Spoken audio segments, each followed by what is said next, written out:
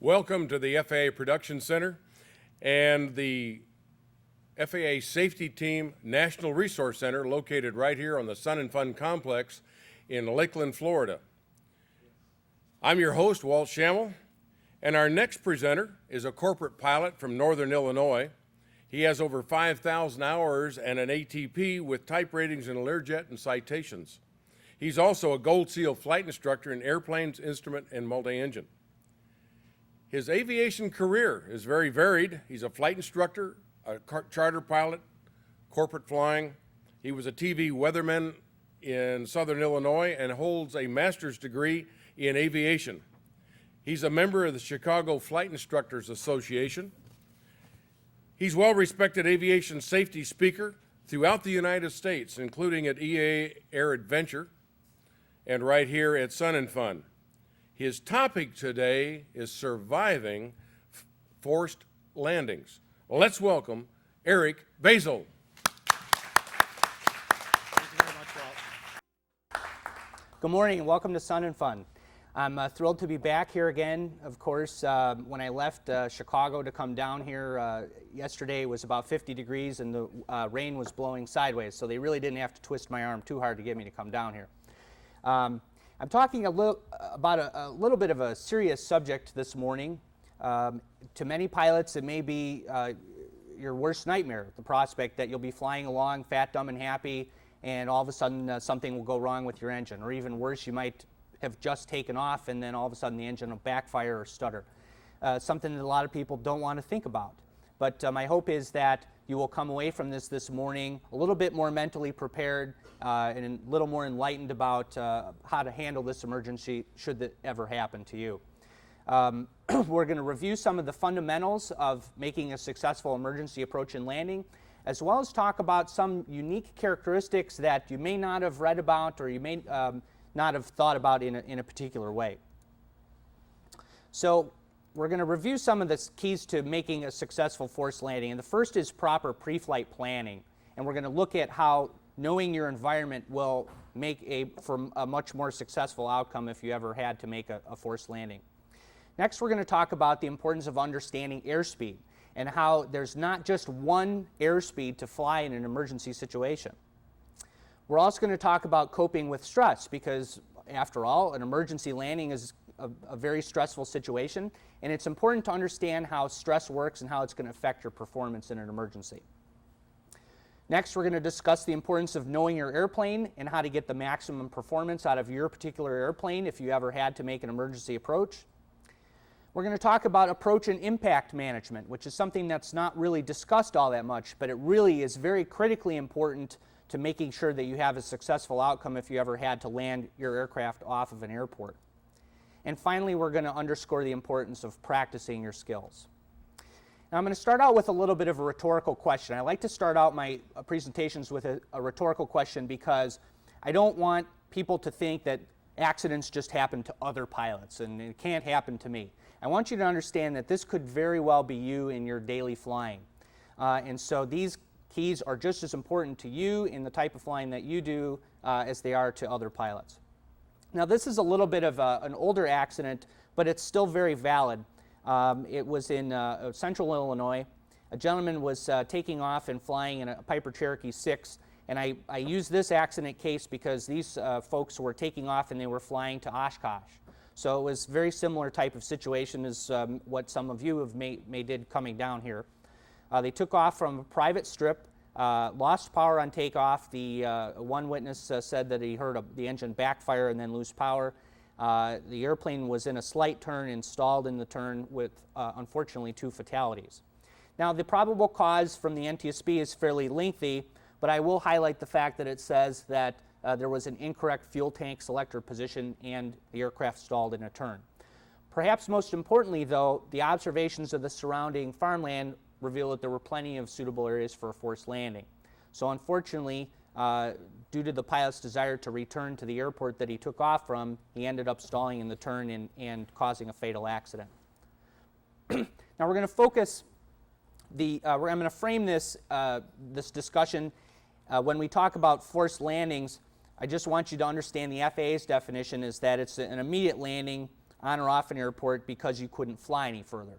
So it's differentiated from a precautionary landing where the engine might still be making power, but you chose to put it down. This would be you have no power and you need to put it down because it's not going to continue flying. Let's talk a little bit about some engine failure causes.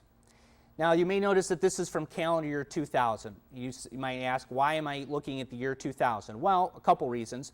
One, the year 2000 is sufficiently far in the past that all of the accidents that occurred during that year have been thoroughly investigated and probable causes have been determined.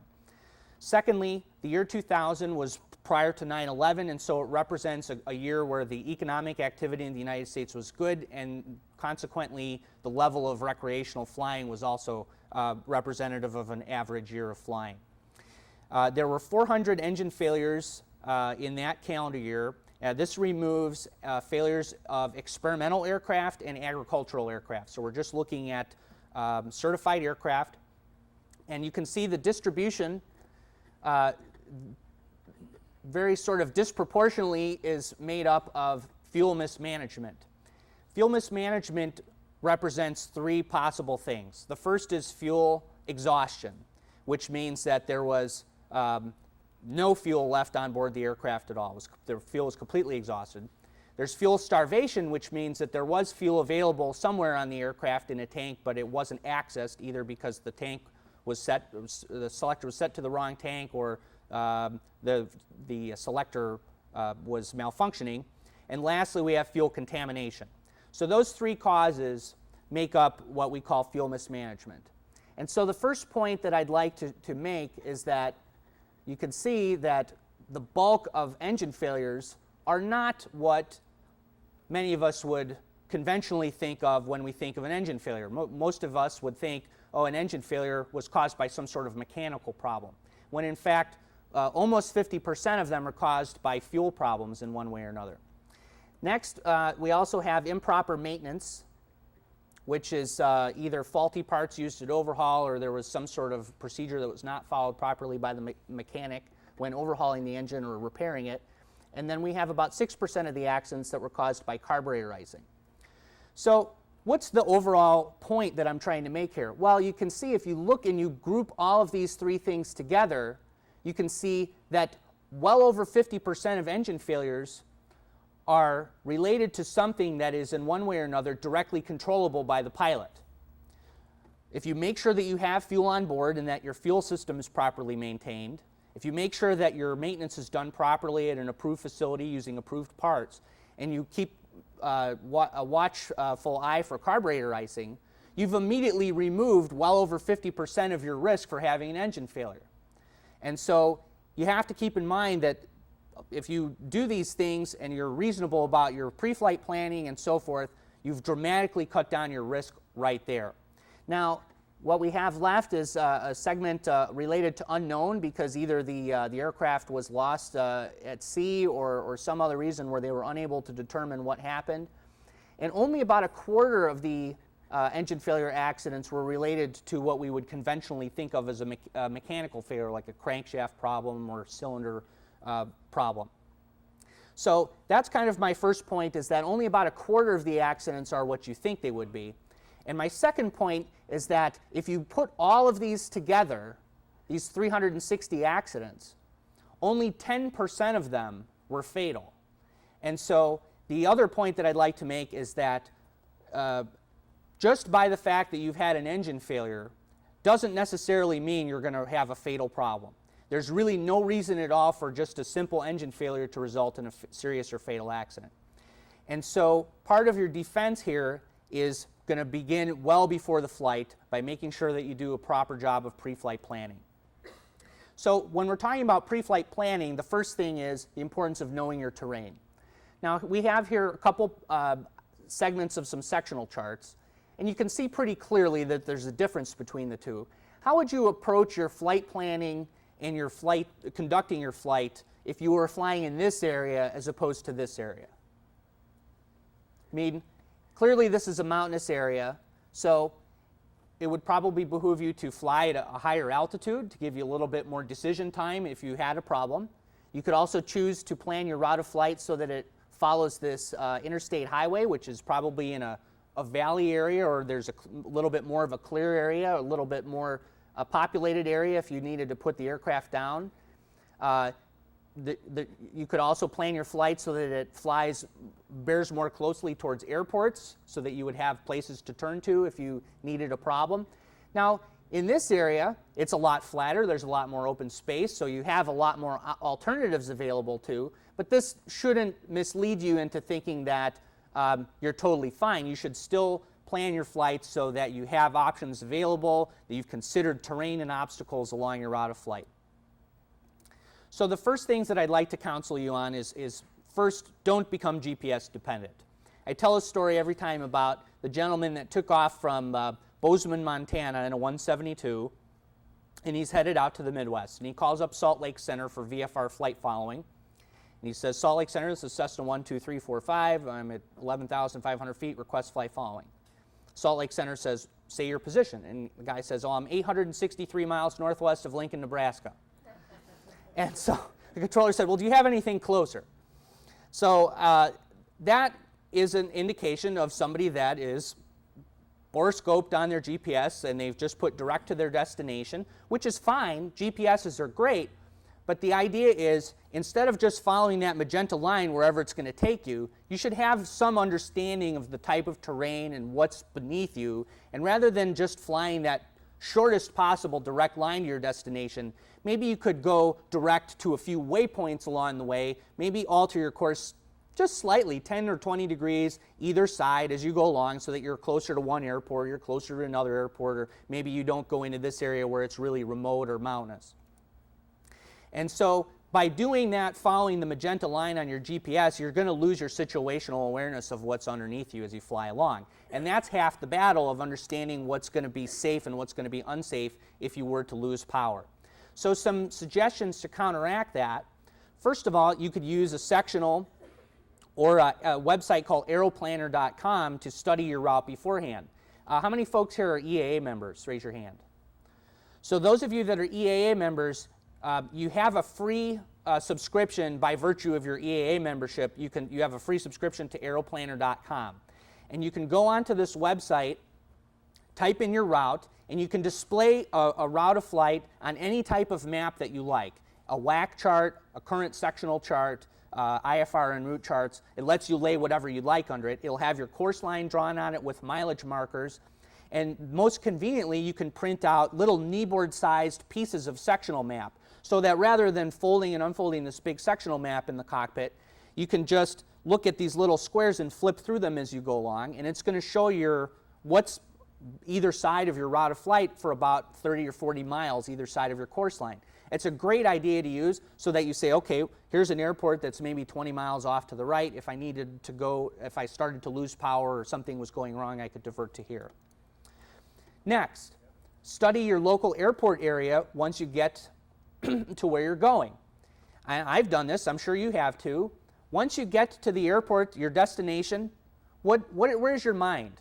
Your mind has already landed the plane and is thinking about what is lying ahead of you at your destination. Either you're there to visit family or you're there for business. Your mind has already completed the flight and is thinking about what's ahead of you. But what you should be doing is, if it's an unfamiliar airport that you've never been to before, as you're coming in to do the traffic pattern, take a visual survey of the area around the airport, and you might notice, gee, off the departure end of the runway, there's a nice big clear area just to the left, or there's a big Walmart parking lot off to the right. And so that way, if it's an unfamiliar airport, you can take off feeling comfortable that you know what's ahead of you, rather than being in a situation where you're only 200 or 300 feet off the ground and all of a sudden you're in a problem and you have no idea what's there. So you can study the local airport area on arrival. Another good technique is to use Google Earth, which is also on the internet, because you could type in an airport location. It'll zoom right in on the airport, and you can see a nice satellite picture view of the terrain and development around the airport. As I've mentioned before, you should plan your routes as best as possible to provide a suitable landing area. Consider the terrain, consider remote areas, and also consider increasing your altitude to provide greater gliding distance and give you more time to try to fix the problem or declare an emergency and request help. So once you've done these pre-flight planning steps, we are in the airplane. Unfortunately, we're in cruise. Everything's going okay. Now the engine's starting to make trouble, or it just quits completely. What's the absolute first thing you need to do? You need to establish a glide. And this is a problem for people because pilots by nature are somewhat problem-solving individuals. And so when something starts to go wrong, what's our first impulse? It's to try to fiddle with stuff to try to make it go away. And so rather than fiddling with fuel selector or pump, the first thing you really ought to be doing is establishing a glide. Even if the engine is still running, you can slow the airplane down or establish a pitch attitude that's going to establish a glide, trim the airplane so that it will hold that by itself, and then you can start to focus your attention away from establishing the glide. But if you don't do that first of all and you start fiddling with things beforehand, you're probably going to be trading away altitude that you needed uselessly. So once we've established that glide, let's talk a little bit about a glide. Everybody knows best glide speed. It's kind of a subject that's mandatory for private pilot training, so everybody's talked about it. What does best glide speed get us? Well, the definition of best glide speed is that it's going to obtain the greatest forward distance per unit of altitude lost. Okay, so the bottom line is it's to go far. That's the speed that you want to fly at if you need to glide to something far away. Now there's a couple hitches though with this concept of best glide speed. The first is that it's typically only published for the maximum gross weight of the airplane. What's the problem there? Well, how often are we flying at maximum gross weight?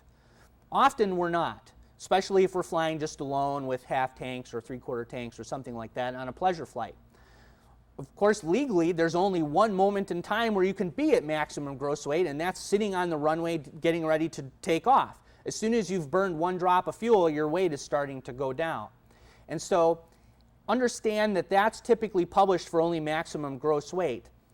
And the key is that if you're flying at a lighter weight, your speed is going to change for best glide. And I'd like to show you just a small formula that's going to show you how to approximate the best glide speed if you're flying at anything less than maximum gross.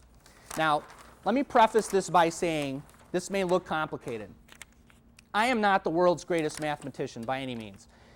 In fact, I could not tell the difference between a quadratic equation and a ham sandwich. So this is the most complicated mathematics that you will ever see from me. I promise you that. Now, the formula to approximate best glide speed is you're going to take the best glide speed that's published for your aircraft at maximum gross weight. And you're going to multiply it by the square root of whatever the quotient is but of your present weight divided by the maximum gross weight of the aircraft. So let me give you an example.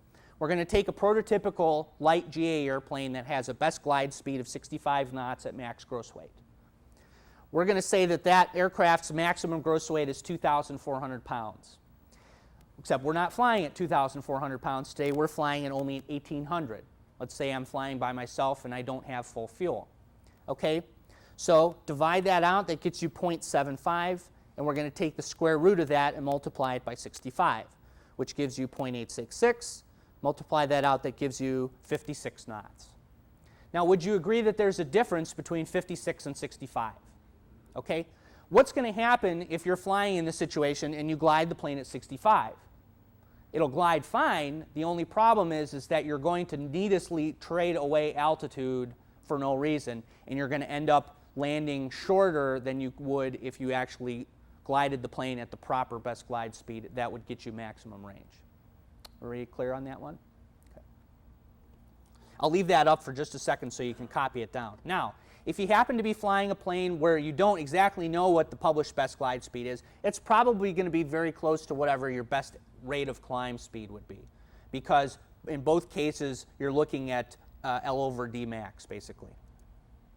Now, more importantly than best glide, I want to introduce another concept to you which is called minimum sink airspeed. Now, everybody has heard of best glide. You get tested on it on your private pilot check ride. When you do an engine failure, you need to know what best glide is. But very few people understand what minimum sink airspeed is. And what I want you to understand is minimum sink airspeed is just as important in an emergency landing as best glide speed is. Because as we said, what is best glide speed going to get us? It's going to get us far, right? Minimum sink airspeed is to be used when range is not important, but time in the air or endurance is. Let's say I have an engine failure at 5,000 feet directly over an airport. Well, what's important to me? Is it gliding far, or is it staying in the air as long as I possibly can to try to get the situation taken care of? Make sense? So in that case, rather than glide at best glide speed, we're going to try to glide at minimum sink airspeed.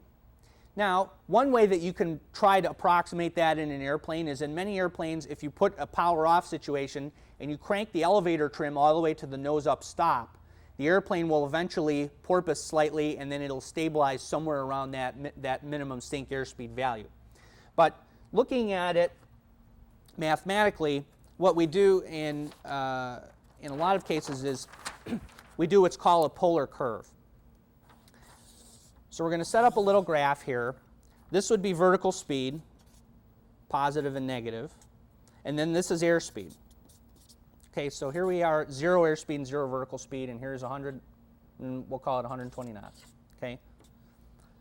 And the way this looks is something like that. Okay? And all we're doing is we're plotting what kind of descent we get at various airspeeds. So if we draw a tangent line from the origin to the curve, wherever that touches the curve, that's our best glide speed. Okay, and let's say that that translates to something around a descent rate of maybe, I don't know, 400 feet a minute. Okay, however, you see that the curve goes up a little higher, and it might be 300. And so this is the point where we call minimum sink airspeed. This is a concept that is very intimately familiar to glider pilots. Do we have any glider pilots in the audience today? Okay. Glider pilots know minimum sink airspeed because this is the speed that they fly in thermals. So when they're not flying, or when they're going between thermals, they go to best glide because that gets them further while they're trying to minimize the time that they're sinking. But when they're in the thermal, they fly at min sink airspeed because they're trying to stay in the air. They're not trying to go anywhere. And so this has application to you because if you're gliding and you know where your glide spot is, it's directly below you, slow the plane down to minimum sink airspeed. This may be 5 to 10 knots slower than the published best glide value. So if you wanted to test it in your plane, set up a power off glide, go to your best glide airspeed and see what kind of rate of descent you get. Slow the airplane down a few knots more. Let it stabilize, see what kind of rate of descent you get. Slow it down a few knots more, see what kind of rate of descent you get. Eventually you're going to reach some value where it's not sinking all that much, and then as you keep slowing, now of course the drag starts rising and it's going to start descending even faster. And so that's where you start to get to this back side of the curve here. But once you understand this minimum sink value, establish that in your mind so that if you ever needed to maximize your time in the air, you go to that minimum sink value. And that minimum sink airspeed is also going to be important when we start talking about energy. So if you need to approximate what minimum sink is, it's probably near your VX speed or your best angle speed.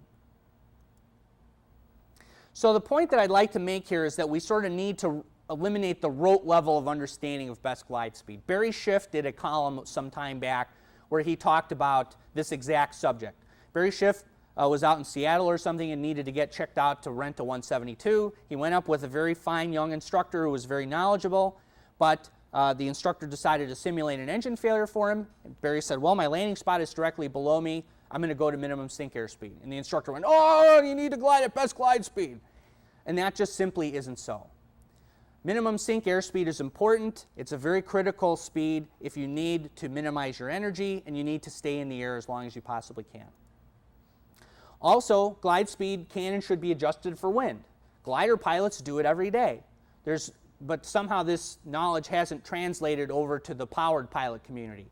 That if you're gliding into a headwind, you need to increase your glide speed to achieve better penetration into the wind. So the rule of thumb that glider pilots use is they increase their glide speed by about half of whatever the steady headwind is. And that's just to achieve the same amount of penetration into the wind. Now for a tailwind, you can slow down slightly, but not quite as much. How many folks fly an airplane that has a constant speed propeller with a propeller control? A couple folks in the audience here. The other thing that is necessary to do with a constant speed propeller is to make sure that you bring the propeller lever back all the way to the low RPM pitch stop. Because if you keep the propeller lever forward, the governor is still going to try to command high RPM, even though there's no power available. And so with that propeller windmilling away, it's just robbing energy from your glide. And so you could also set this up experimentally if you try this next time you're flying. Set the airplane in a idle power situation, go to a glide, pull the propeller lever all the way back, and see what kind of feeling you get. I mean, you feel like the plane is almost accelerating forward because you feel all that drag starting to go away. And so the situation that you see here with the throttle quadrant in the photograph, that would be the correct situation. Now let's talk about some characteristics of a good emergency landing site.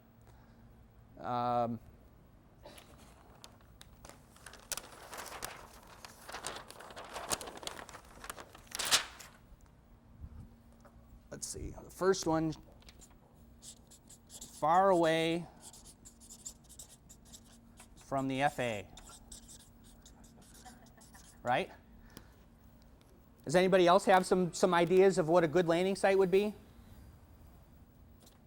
We want a preferably 4-star hotel nearby, or a Walmart where we could change our shorts because we probably need to do that. Who has some other suggestions? Good emergency landing site. Into wind. That's an excellent suggestion. It should be into the wind.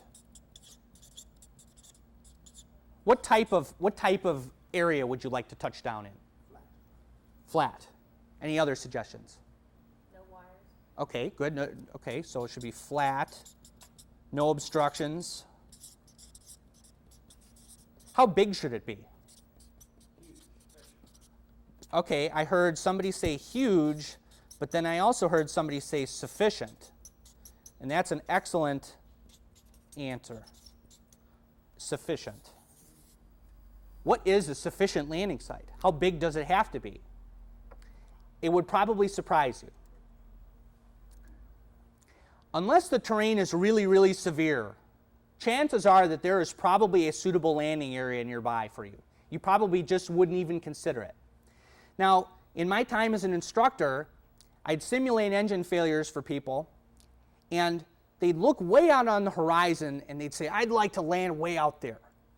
And so, for some reason, there's just this inclination among people that they look way far away out in front of them and they pick a big field and then they set up best glide speed. Problem one is they may not reach the field. They may set up best glide and say, oh, all of a sudden I found out I'm not going to make it.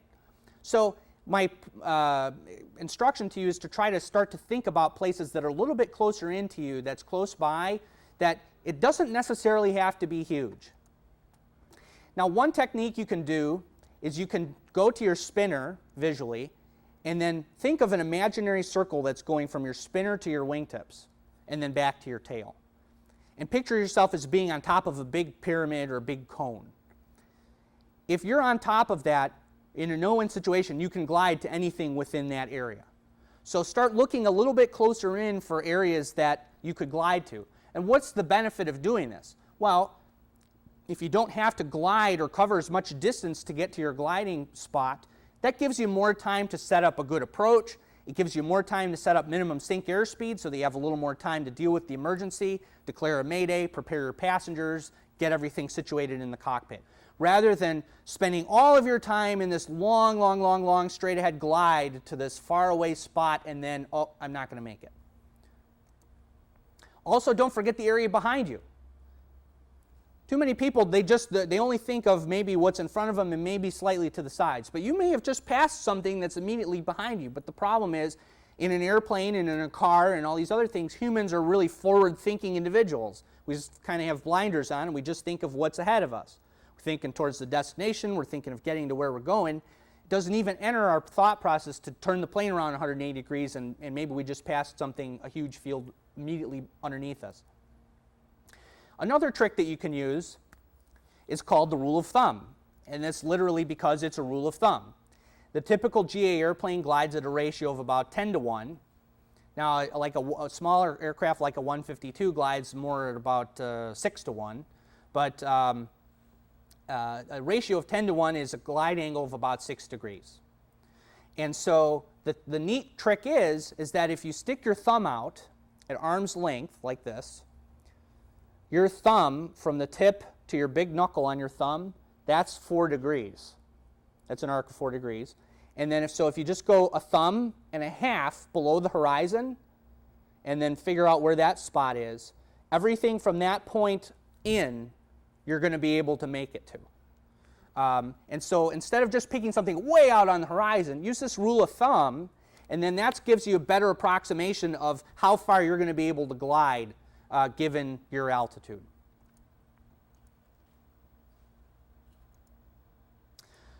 Also want to talk about knowing your airplane. A couple folks here fly constant speed aircraft, or constant speed propeller aircraft, so we talked about what you need to do with the propeller lever. But you should understand the best glide speed and the associated conditions that are required for that best glide speed. You should also understand what the emergency procedures and troubleshooting are for your aircraft and maybe develop what we call a flow check. Now this aircraft is a Piper Turbo Aero, and you'll notice that there's a whole bunch of associated conditions in order to get maximum glide range.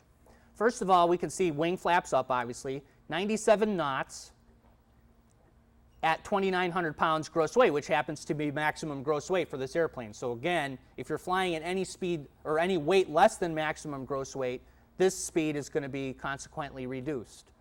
Gear should be up, power off, propeller to full decrease, of course, and zero wind. And so then you could go into the table and figure out what your maximum glide should be. Now, this comes from the FAA's flight training handbook. And so your results may vary for your particular airplane. But of course, what did we say was the most important thing to do before you start troubleshooting? Establish a glide, okay?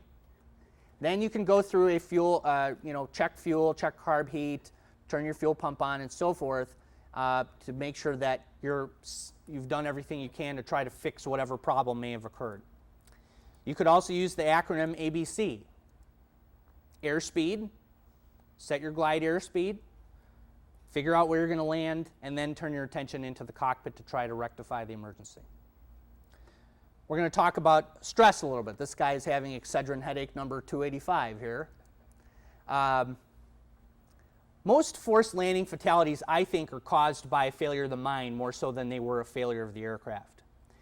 If you can't wrap your mind around the fact that you're in an emergency situation and that your skills are going to be required to get you down safely, if you're in denial or you're worried about damaging your aircraft, then those things are going to override your rational thought processes with fear and consternation, and so then you're not going to be able to use your training to get yourself through the emergency.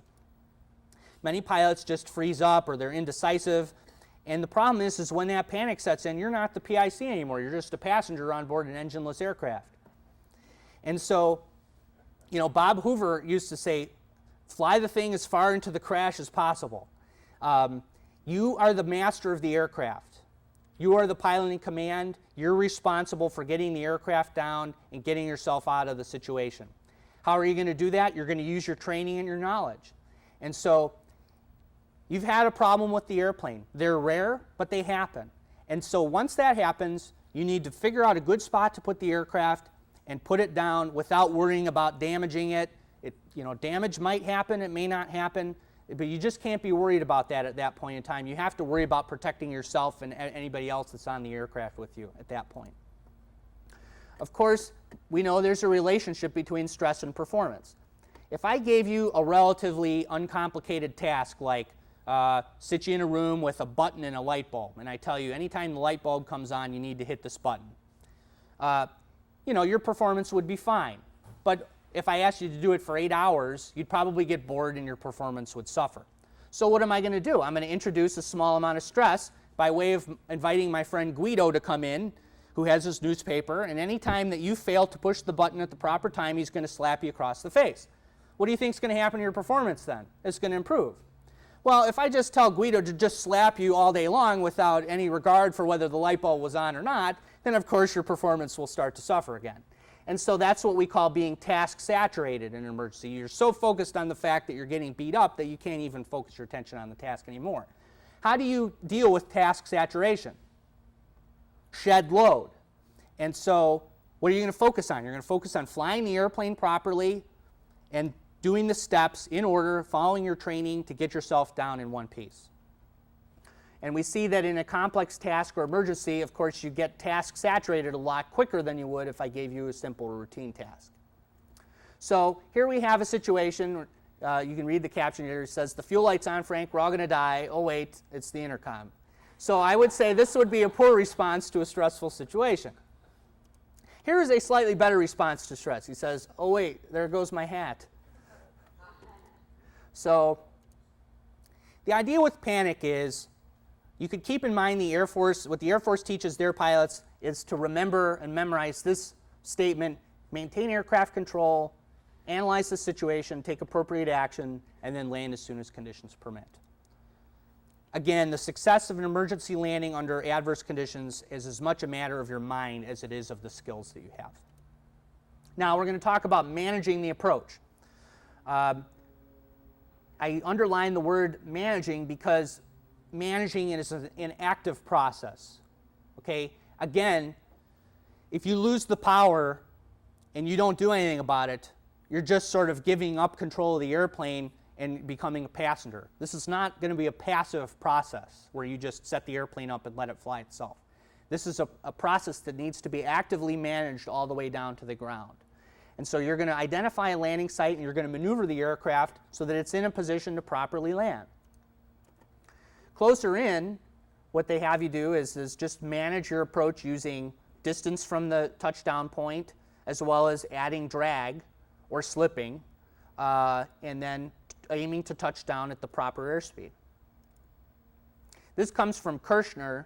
I bring this up because I have a little bit of an objection to this part that he put in here where he talks about overshooting it and then turning back. And I'm not really sure that that's a good idea to be doing that kind of thing at slow airspeed, especially where you might end up getting cross-controlled. We know how those end up. And so the idea is, how are you going to manage this? You're going to manage it all the way down by managing your distance, checking for the wind, managing your distance from touchdown, and looking at how much altitude you're losing to try to be in that position where you can touch down properly. Now, again, here's more math. I don't know how this crept in here. But this is the formula for kinetic energy. And this is kind of the part that I really want to hit on because this is something that I don't think a lot of people think about. You know, in a pilot training, it's just hold best glide, and then all of a sudden you get down to 500 feet and then they say, okay, go around. That's your simulated engine failure.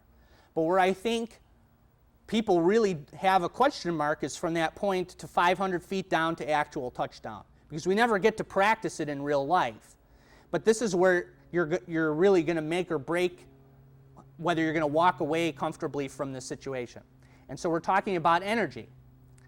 Now, your ground speed at touchdown is critical.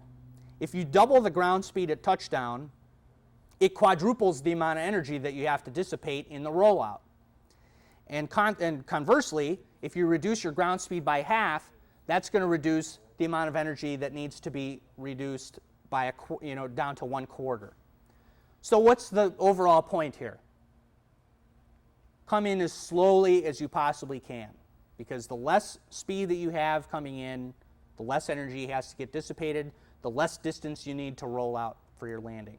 All that energy has to be distributed somewhere. It could be either distributed in your rollout or it could be distributed as you run into a brick wall. Which would you rather have? So the slower you come in, the more likely it is that you're going to be able to walk away comfortably from the situation. Even a small change in speed, whether it's because of your pilot technique or just because you went into the wind, that's going to affect the outcome. And so the gentleman that said land into the wind, you're absolutely right. It may be to your advantage to pick a less favorable landing site that is into the wind than it would be to pick a larger site where you would have a tailwind. because of that energy that needs to get dissipated once you touch down. Let's put some numbers on it. If you touch down at 85 miles an hour, it's twice as hazardous as you touch down at 60. It doesn't seem that way, does it? 85 doesn't seem all that much faster than 60, but it's twice as much energy. Also, 120 miles an hour is 3 times as hazardous as 70. So you can see a 10 mile an hour increase in speed doesn't really give you that much more energy, but once you get to a really fast speed, it starts to increase proportionately. So let's talk about how big this area has to be. And here we have a graph of energy, and here's the polar curve that I drew for you before, and you can see where minimum sink would be relative to best glide speed, and you can also see what kind of energy you would have. Here's the energy you would have at minimum sink versus the energy you'd have at best glide. So even if you were gliding a long distance to something properly, okay, we're going to set best glide and we're going to fly this long way to glide somewhere, what kind of speed are we going to try to maintain once we get ready to touch down? Are we going to touch down at best glide, or are we going to touch down at minimum sink? We're going to use minimum sink. So properly, you should be using best glide to get to where you're going, and then once you are where you're going to land, slow to minimum sink and reduce that amount of energy. Now, GA aircraft certified under the old CAR 3 regulations were certified to protect you to 9 Gs in a forward direction. That means that the seat attach points and the seat belt attach points are stressed to retain you within the aircraft to an acceleration of 9 Gs. 1.5 Gs sideways and 6 Gs down. Okay? So, if you can decelerate the aircraft at 9 Gs, you'll be retained within the aircraft as long as you're using the harnesses and your seat is in good shape, and you should be able to decelerate the aircraft and walk away. So let's say you touch down at 50 miles an hour. How much distance do you need to decelerate the aircraft in a 9G deceleration? This would be, how many feet do you think it's going to take if you touch down at 50? 100 feet. Anybody want to give me a different number than 100? 250. Okay. 50 miles an hour, 9G deceleration, you need 9.4 feet. And this is survivable. How about at 100 miles an hour? I'm sorry, speak up. It's 37 feet. Okay? So what's the larger point here? The larger point here is that you don't need a 5,000 foot long open field to successfully accomplish an emergency landing. If you touch down and you struck the wing against something, what's that going to do? That's going to dissipate an enormous amount of energy through that impact, but it's going to dissipate it safely because it's a piece of the aircraft that you can sacrifice. It's not in the passenger cabin. If you struck a pole directly in the cabin, that would be bad, but if you struck a pole with your wing, that's going to dissipate a huge amount of energy, but you're still inside the cabin restrained by your harness, and then you can open the door and walk away once you're stopped. So that's the idea, is to figure out ways to dissipate energy safely, and you don't need a lot of distance to do it. So again, touching down during the emergency landing should be at the slowest controllable speed using all the aerodynamic devices that you have available. Now, this doesn't mean stall it in. Stalling it in is a big problem because now the aircraft is out of control. You're not sure exactly where it's going to impact.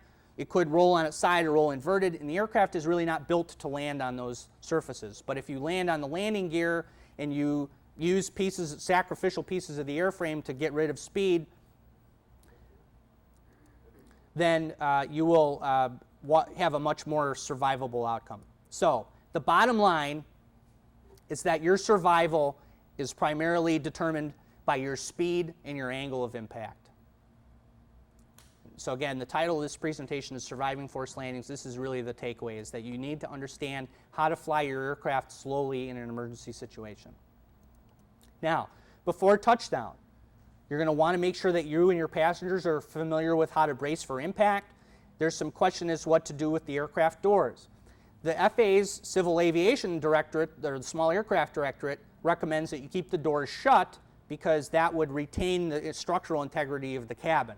However, if your aircraft's flight manual says to pop the door prior to touchdown, then you would go with whatever advice your aircraft manufacturer has used.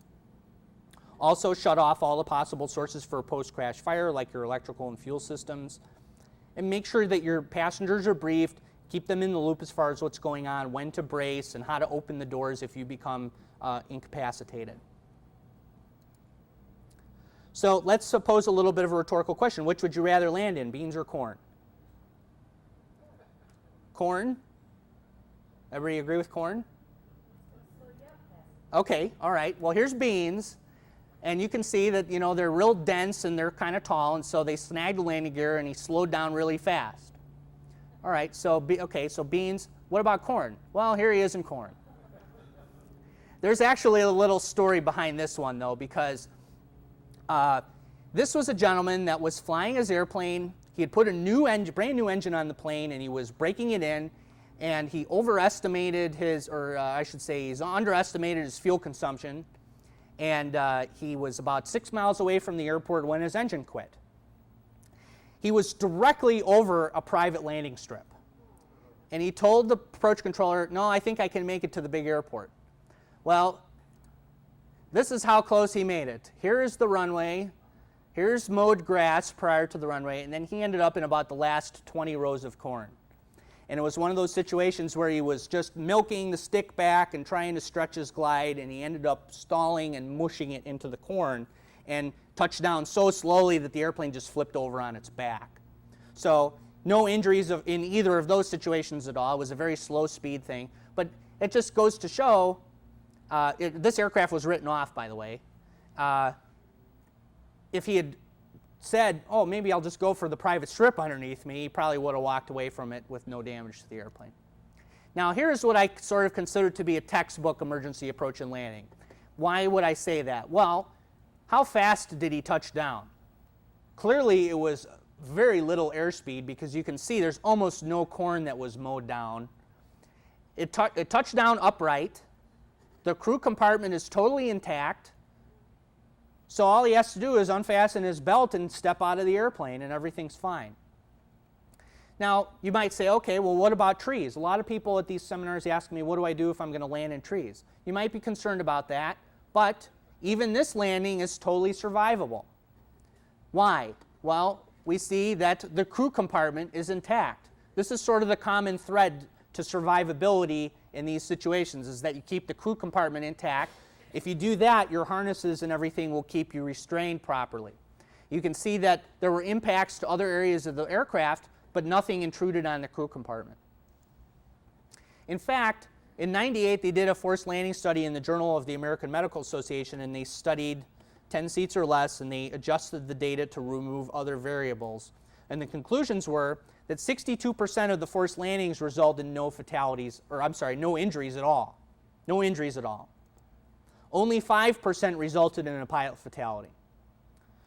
So your odds are quite good. And they're even better if you consider what the three major risks for a pilot fatality are, which are fire, explosion after landing, failure to use the lap belt or shoulder harness, or situations where the aircraft was completely destroyed. And again, all three of these items are in one way or another directly controllable by the pilot. Well, we can take steps to minimize the risk of fire explosion after landing by shutting off the master and the fuel systems. Of course, we can take action to use our lap belts or shoulder harnesses. And situations where the aircraft is completely destroyed, what kind of situation do you think that was? The impact, or the speed at impact, was probably very high. So if you take steps as the pilot to reduce your speed at impact, that probably reduces your chance of a situation where the aircraft is completely destroyed. Talk a little bit about survival and rescue. Make sure to file flight plans and stay in touch. And prepare an emergency survival kit to deal with adverse conditions. And keep in mind that a cell phone is great, but it's not necessarily going to get a signal. So you need to think of what your plan B would be if you were in a remote area. Briefly, I'm going to talk about low altitude engine failures. And really, this is the biggest shame of them all, because pilots keep trying to turn back to the runway that they just took off from. And the problem is that few pilots really truly understand what the consequences of such a maneuver are. It can be done successfully, but the circumstances that are required for you to accomplish it successfully are absent. It's not a maneuver that you can practice regularly. There's a lot of variables at play, and you're asked to fly the airplane at the peak of your performance in a stressful situation. And your peak performance might not be there. And so there's a lot of things working against you that would say that you're not going to make this successfully. So first problem is bank angle. If you lost your engine here, and you went into, I think this is a 45-degree bank, they say, okay, you're going to go 560 feet. But if you went to only 30 degrees, it's going to be here. If you went to 10 degrees, it's only going to be here. So you're asked to make a very, very steeply banked turn, which of course is going to drive up your stall speed. So you need to be, you're being asked to make this incredible feat of aviation, and you've never practiced it before. And so what do you think your chances of success are going to be? They're probably not as good as you think they would be.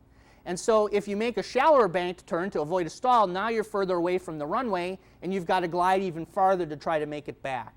So there's really nothing working in your favor here. Whereas if instead you did this technique where you look in a 120-degree arc, that's a third of the total horizon is 120 degrees, 60 degrees either side of the nose. You should be able to find something in that area that you can put the aircraft in.